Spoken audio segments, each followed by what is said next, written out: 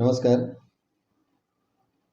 आज तोंडावरतीच आलेला होळी सण आणि त्या होळी सणानिमित्त कोकणात जाणाऱ्या सर्व कोकणकरांना होळीनिमित्त मी शुभेच्छा देतो.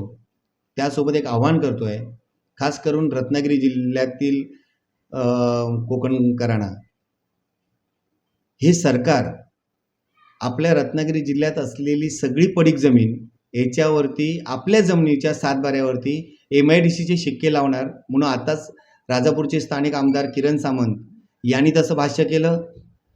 त्या पद्धतीने उद्योगमंत्री हे म्हणतायत की रत्नागिरी जिल्ह्यातील 1,00,000 एकर जमिनीवरच्या सातबाऱ्यांवरती MIDC लावणार.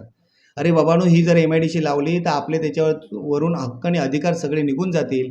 MIDC हा सरकारी दलाल आहे, हे महामंडळ आहे. हे जमीन घेते आणि कुठल्याही प्रदूषणकारी प्रकल्पांना उद्या विकून टाकतील आणि तिथे आपला काही विरोध चालणार नाही.